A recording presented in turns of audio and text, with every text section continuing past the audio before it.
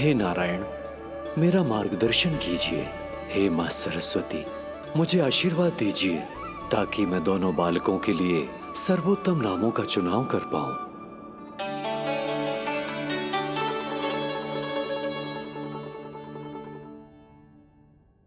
आपके पुत्र को बड़े भाई के कर्तव्य का निर्वाह करना है और इस दायित्व को प्रभु श्री राम से अच्छा किसने निभाया है?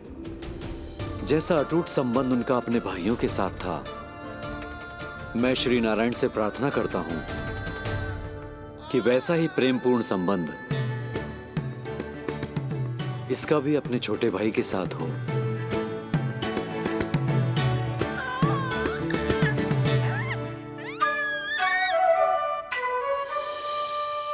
इसीलिए इसका नाम राम हो, इसीलिए इसका नाम राम, इसीलिए इसका नाम राम।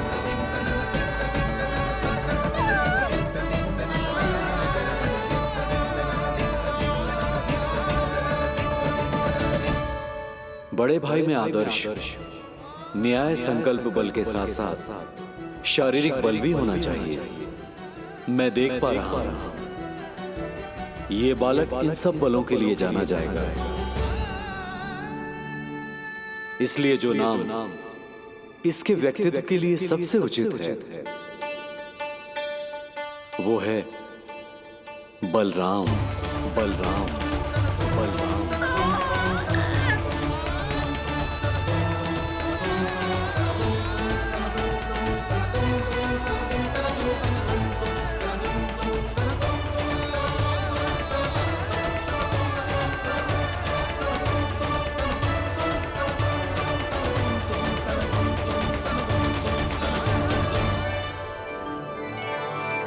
बलराम,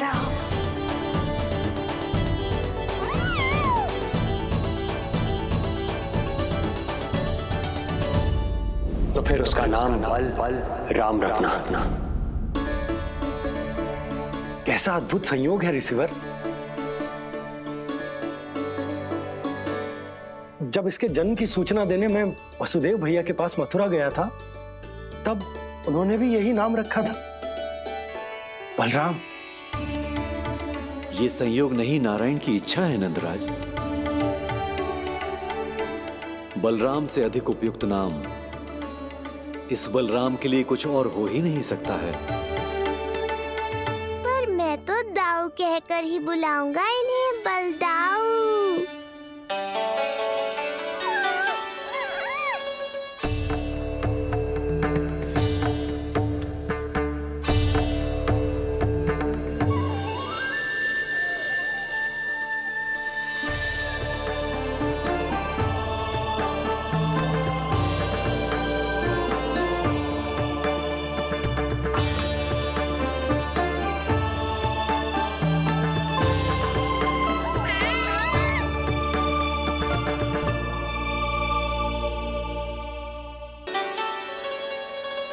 सुना पुत्र, आज से तुम्हारा नाम होगा बलराम, बलराम, बलराम।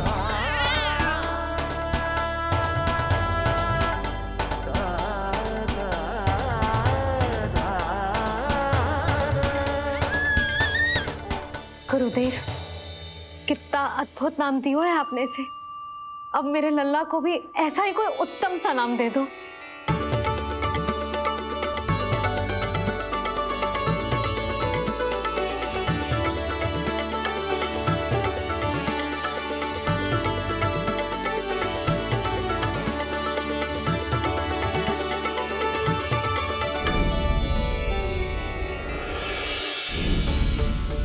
ये कठिन दायित्व आपने ही मुझे सौंपा है प्रभु।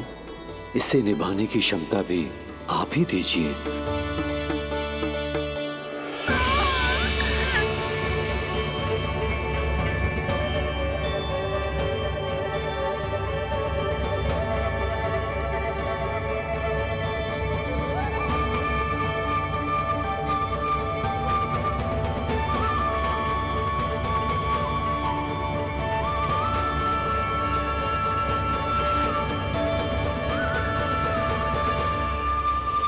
कृष्ण, कृष्ण कृष्ण कृष्ण कृष्ण कृष्ण कृष्ण कृष्ण।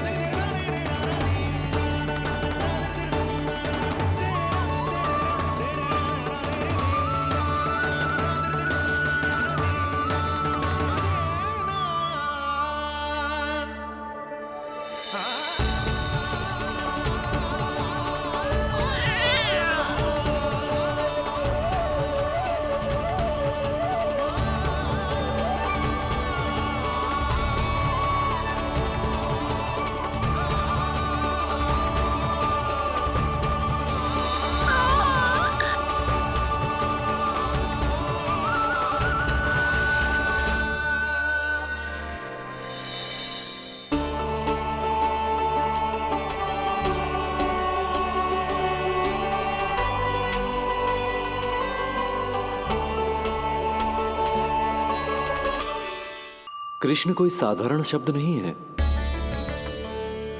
ये अनेक विशेषताओं से भरा हुआ है। क बना है कमलकांत से, अर्थात वो जो श्रीपति विष्णु जैसा हो।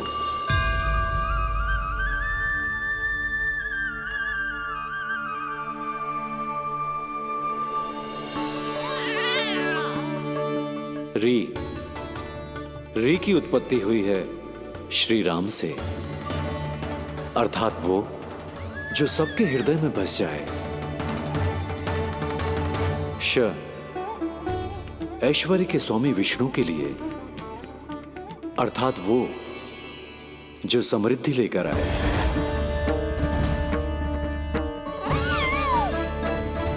और ना है नरसिंह के लिए, अर्थात वो जो रक्षा करे।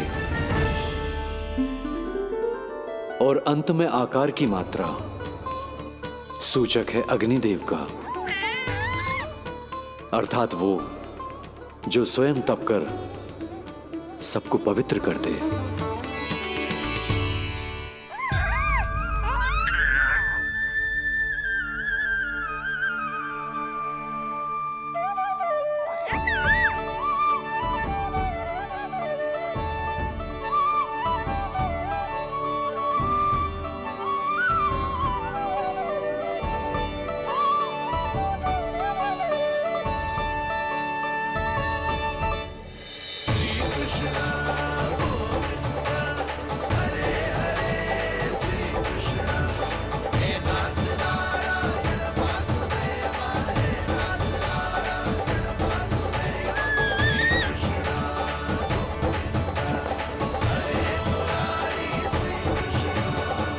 आज से तुम्हें सारा संसार जिस नाम से पहचानेगा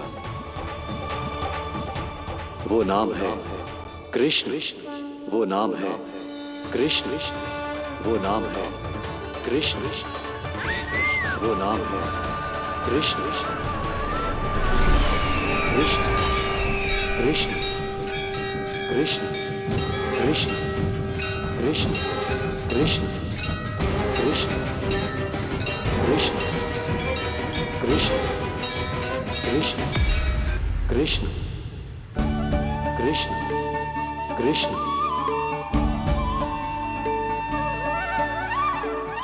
यशोमती मैया के नंद लाला,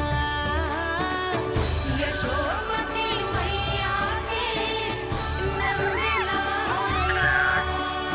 असुरी कार्य करने वालों के लिए कृष्ण नाम का अर्थ एक और भी होगा। वो घनी अंधेरी रात जिसमें इसने जन्म लिया। पर इससे जो प्रेम करते हैं उन सभी के लिए कृष्ण नाम का अर्थ होगा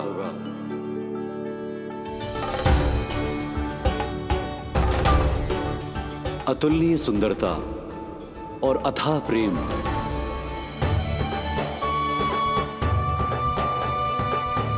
इन दोनों विशेषताओं का साक्षात स्वरूप होगा ये कृष्ण।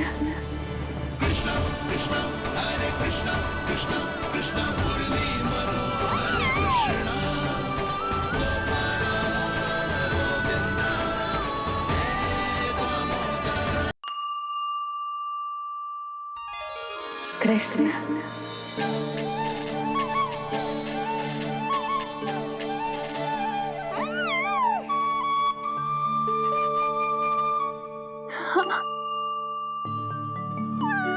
और जो मानवता के शत्रु हैं उनके जीवन में ये नाम अशांति, असुरक्षा, भय उत्पन्न करेगा। पर सात्विक प्रवृत्ति के व्यक्तियों के लिए ये नाम शांति, संतोष और सुख का सूचक होगा।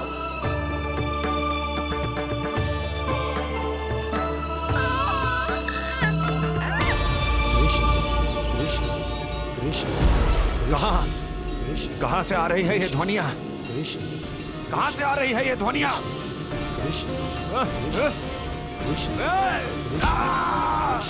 स्वामी महाराज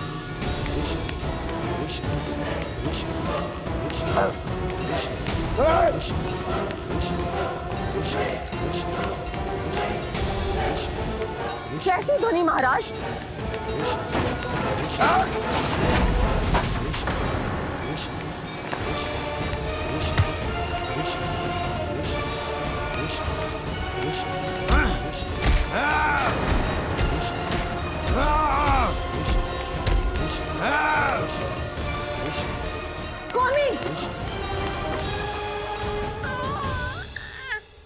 कृष्ण।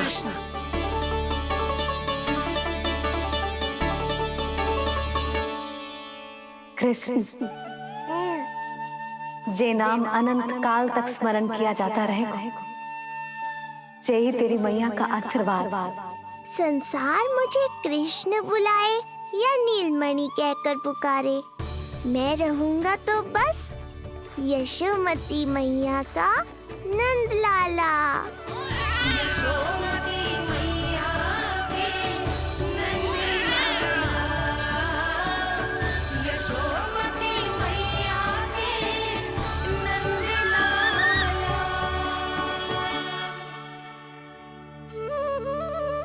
गुरुदेव, आपने मेरे लल्ला को इतना प्यारा नाम दियो है, उसके लिए आपका बहुत बहुत धन्यवाद। एक बार गोपियों को पता चलेगा तो देखना कैसे रटने लगेंगी मेरे लल्ला का नाम। इससे पहले कि आप सब बाहर जाकर किसी और को बताएं, एक कर्मकांड शेष है। नामकरण के बाद पिता को आशीर्वाद के रूप में कुछ न कुछ उपहार बालक को अवश्य देना चाहिए।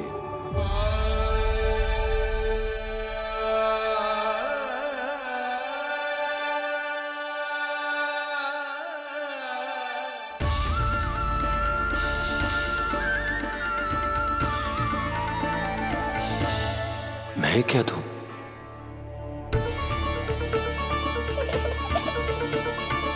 वासुदेव मेरे शिष्य हैं और उनकी अनुपस्थिति में यह दायित्व मैं निभाऊंगा।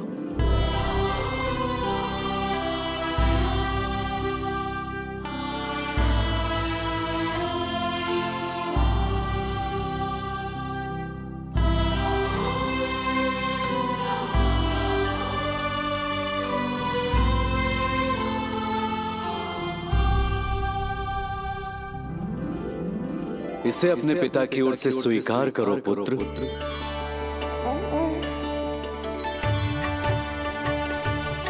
कल्याण हो।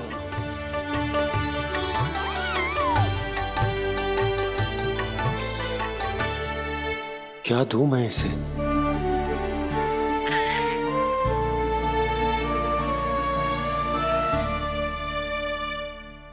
आप सोच क्या रहे हो?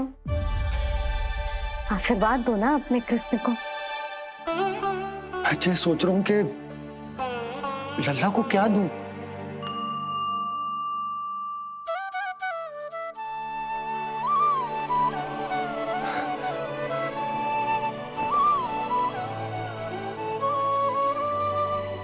लल्ला, तू स्वयं ही बता दे, तुझे क्या चाहिए?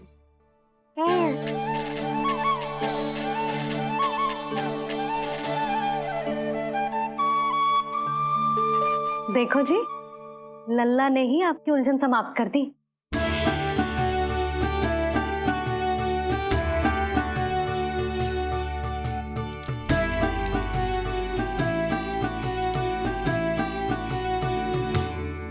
मेरा आशीर्वाद कि तेरा ये नाम कृष्ण तेरी प्रजा के लिए बहुत हितकारी हो।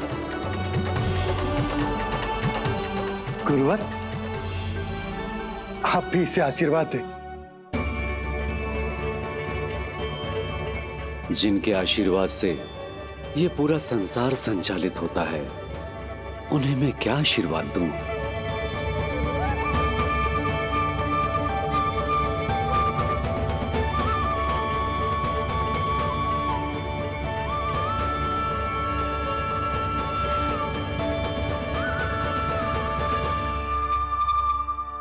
आपने तो मुझे मेरा नाम दिया है ऋषिवर। ये तो मेरा सौभाग्य था प्रभु कि आपने इस कार्य के लिए मुझे चुना। पर आपका कार्य अभी समाप्त नहीं हुआ ऋषिवर। एक विनती और है मेरी। आज्ञा दीजिए प्रभु, क्या करना होगा मुझे? बाबा को मेरी वास्तविक पहचान बतानी होगी आपको, और इन्हें इस बात के लिए मनाना होगा कि ये मैया को कभी भी मेरा सत्य पता ना चलने दे। पर प्रभु, मैं ये कैसे कर पाऊंगा? आप ही कर पाएंगे ऋषिवर, क्योंकि अब आप इस कृष्ण अवतार के मुख्य उद्देश्य को जानते हैं। बंद करो, बंद करो ये ध्वनिया। कौन सी ध्वनिया? ये ध्वनिया बंद करो, बंद करो। क्या सुनाई दे रहा है? ये शब्द जो मेरे कानों में गूंज रहा है। भारत भारत समझिए। रुक जाइए। बस कीजिए महाराज।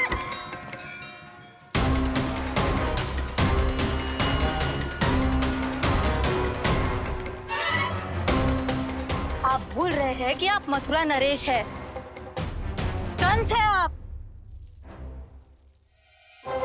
और किसी भी व्यक्ति, वस्तु या घटना से महाराज कंस इतने व्यथित नहीं हो सकते कि वो सुदबुद्ध खो बैठे। स्वयं को संभालिए महाराज। बंद हो गई, बंद हो गई, बंद हो गया वो स्वर, बंद हो गई वो ध्वनिया। रात्रि, यूं मत सोचना कि मैं तुम्हें सुन नहीं रहा था। तुम सत्य कह रही हो। मैं कंस हूं। किसी भी व्यक्ति, वस्तु या घटना से व्यथित नहीं हो सकता। दुर्जन, जी महाराज, इस सिंहासन को पुनः स्थापित करो। यदि कोई भी योग्य इसे स्वयं सिद्ध करने नहीं आता तो मुझे पता है मुझे क्या करना है, कैसे उस दुष्ट बालक का संहार करना है। मैं भली भांति जानता हूं। ये दायित्व आपको ही निभाना होगा ऋषिवर। इससे दो लाभ होंगे। एक तो मेरे बाबा कंस के कारण होने वाली चिंता से मुक्त हो जाएंगे, और आवश्यकता पड़ने पर मेरी पहचान को मैया से सुरक्षित रखने में सहायता भी करेंगे।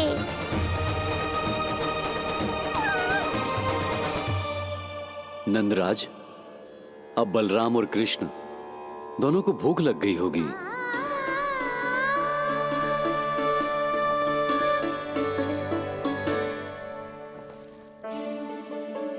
प्रणाम गुरुदेव। प्रणाम गुरुदेव।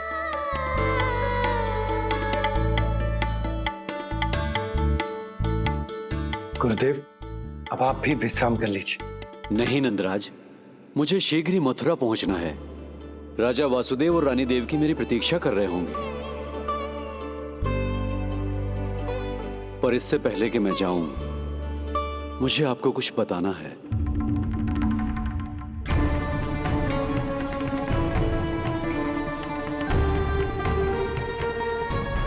गुरुदेव, आपके ललाट पर बल पड़ गए। सब कुछ ठीक तो है ना? कहीं आप मुझे कंस के बारे में तो ना बताना चाहते? गुरुदेव, मैं जानता हूं कि कंस नवजात शिशुओं की हत्या करवा रहा है।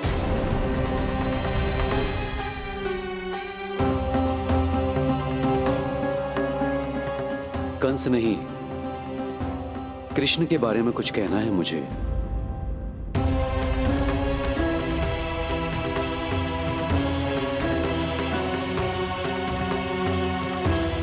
बताइए गुरुवर। मैं एक ऐसा सत्य बताने जा रहा हूं नंदराज, जो है तो वरदान, पर उसे स्वीकारना आपके लिए बहुत कठिन होगा। गुरुदेव, आप जो कह रहे हैं वो मैं समझ ना पा रहा हूं। बताइए ना।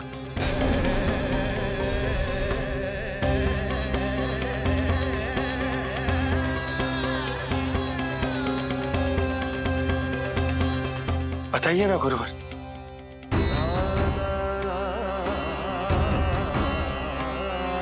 सत्य यह है नंदराज, कृष्ण राजा वासुदेव के पुत्र हैं। कृष्ण राजा वासुदेव के पुत्र हैं। कृष्ण राजा वासुदेव के पुत्र हैं।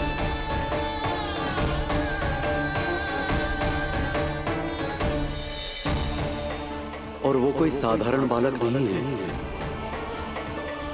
स्वयं श्री हरि विष्णु के अवतार हैं।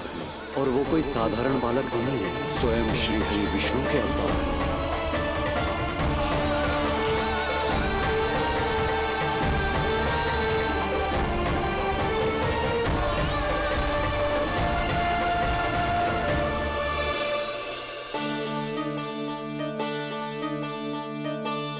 कछु विचित्र लग रहा है। कौन हो तुम? मैं हूं श्री विष्णु का अवतार। ये कैसे संभव है गुरुदेव? वो तो नन्हा सा बालक।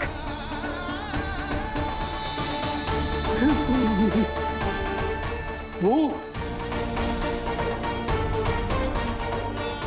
श्री नारायण का अवतार कैसे हो सकता है?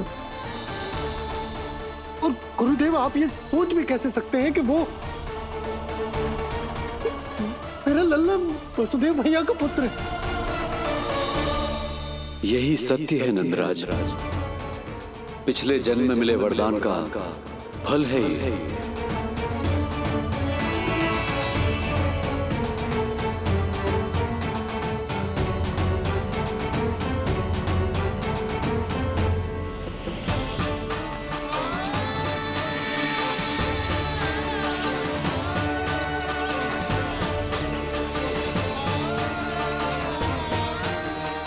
मैं आपकी संतान के रूप में अवश्य आऊंगा, किंतु उसके लिए आपको मेरे अगले अवतार के बाद एक और अवतार की प्रतीक्षा करनी होगी,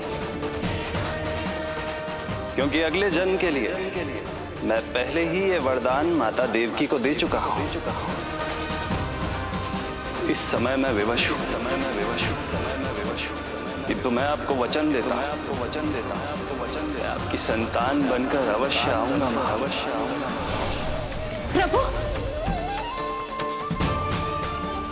श्री हरि को अपने सामने देखकर मेरी व्याकुलता का बांध टूट गया है। 2 जन्म बहुत बड़ा समय होता है स्वामी। अपने पुत्र के रूप में हरि को गोद में खिलाने के लिए अब मैं और 2 जन्मों तक प्रतीक्षा नहीं कर सकती। धरा!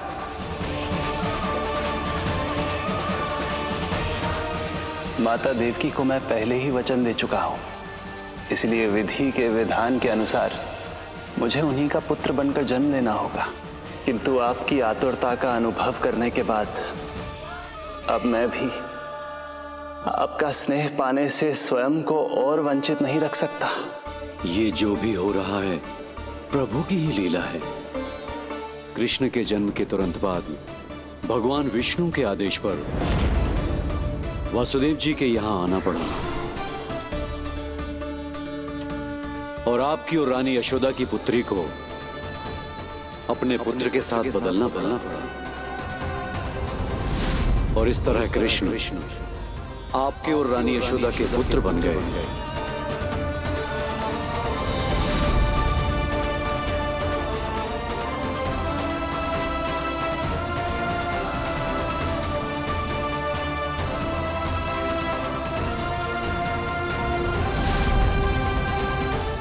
आपने सही कही थी गुरुदेव।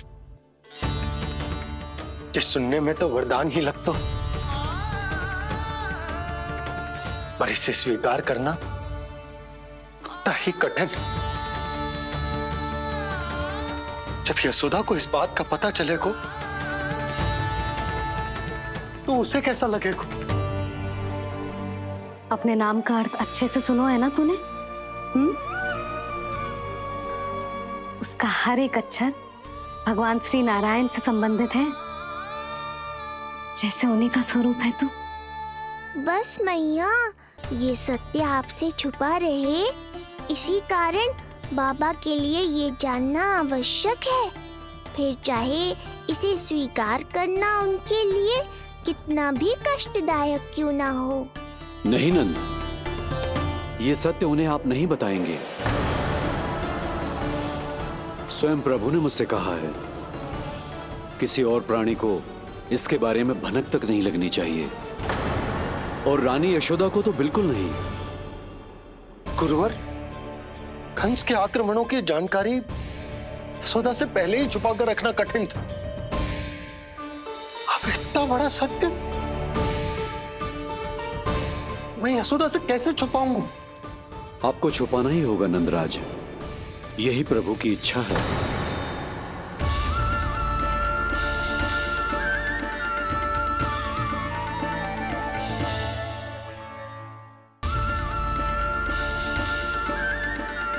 और क्यों गुरुवर? ताकि नारायण अपनी मैया की ममता का अनुभव कर पाए। यही तो उनके अवतार का मुख्य उद्देश्य है। मुख्य उद्देश्य? हाँ नंदराज, नर नारायण के अवतार में अपनी तपस्या करते समय प्रभु ने जो अनुभव किया था, उसके कारण ममता के सुख का अनुभव करने के लिए प्रभु व्याकुल हो उठे थे। ऐसा क्या हुआ था? मुझे भी बताइए। हो सकता है ये बात इस सत्य को स्वीकार करने में मेरी सहायता करे। बहुत समय पहले की बात है। अनेक देवी देवता परम प्रभु विष्णु के पास बैकुंठ गए थे। वहां प्रभु की आंखों में आंसू देखकर वो सभी स्तब्ध रह गए।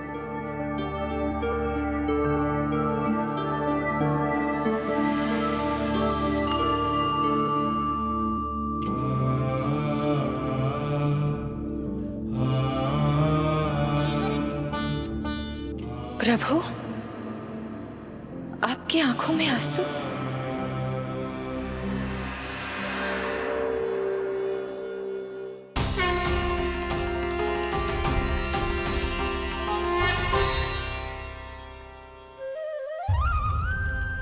चिंता मत कीजिए, आप सब तो जानते हैं हिरण्यकश्यप को मारने के लिए मैंने नरसिंह अर्थात आधे मानव और आधे सिंह के रूप में अवतार लिया था।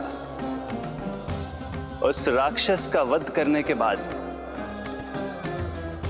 नर और सिंह दोनों भागों ने अलग अलग होकर नर और नारायण के रूप में पुनः जन्म लिया। वर्तमान में वो दोनों बद्रिकाश्रम में तपस्या कर रहे हैं।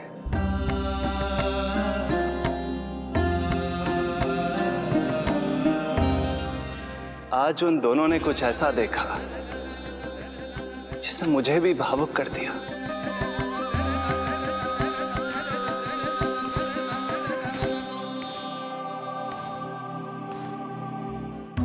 सखा, ये युवक कौन है? निकट के एक गांव के धनी व्यापारी का पुत्र है ये। प्रत्येक संध्या वन के उस पार ये अपनी प्रेयसी से मिलने जाता है और फिर रात्रि भर उस नर्तकी के साथ सहवास करने के बाद सुबह अपने निवास को लौट आता है। यदि यही इसका नित्य क्रम है तो फिर आज ये इतने तनाव में क्यों है?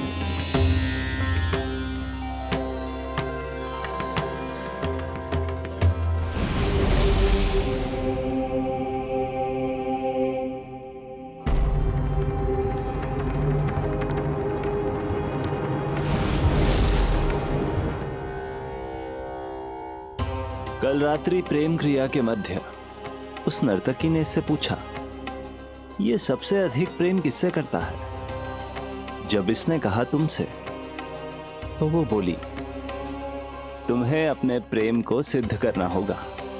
अपनी मां के हृदय को उसके तन से अलग कर मुझे सौंपना होगा। मां का हृदय?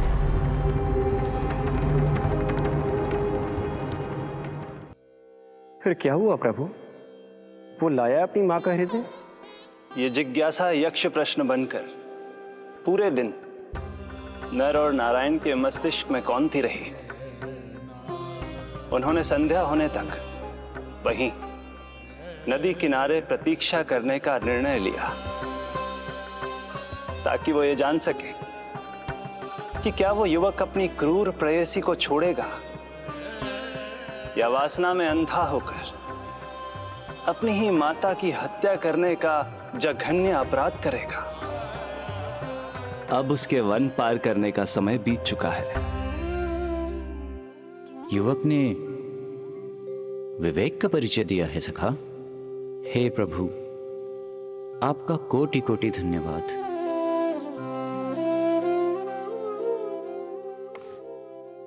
सखा,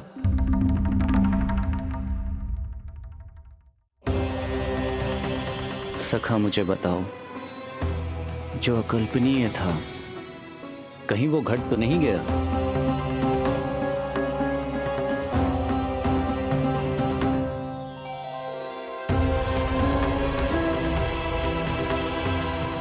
जब इस युवक की मां को इसकी प्रेयसी की क्रूर मांग के बारे में पता चला तो जो उसने किया वो इस समस्त संसार में केवल एक मां ही कर सकती है। बस इतनी सी बात?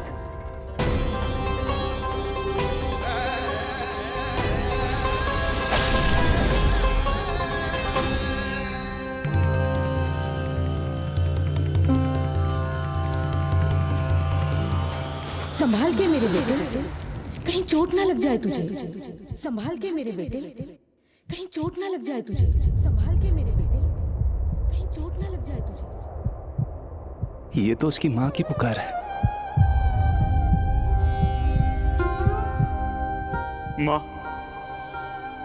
मैंने क्या कर दिया मां? मां!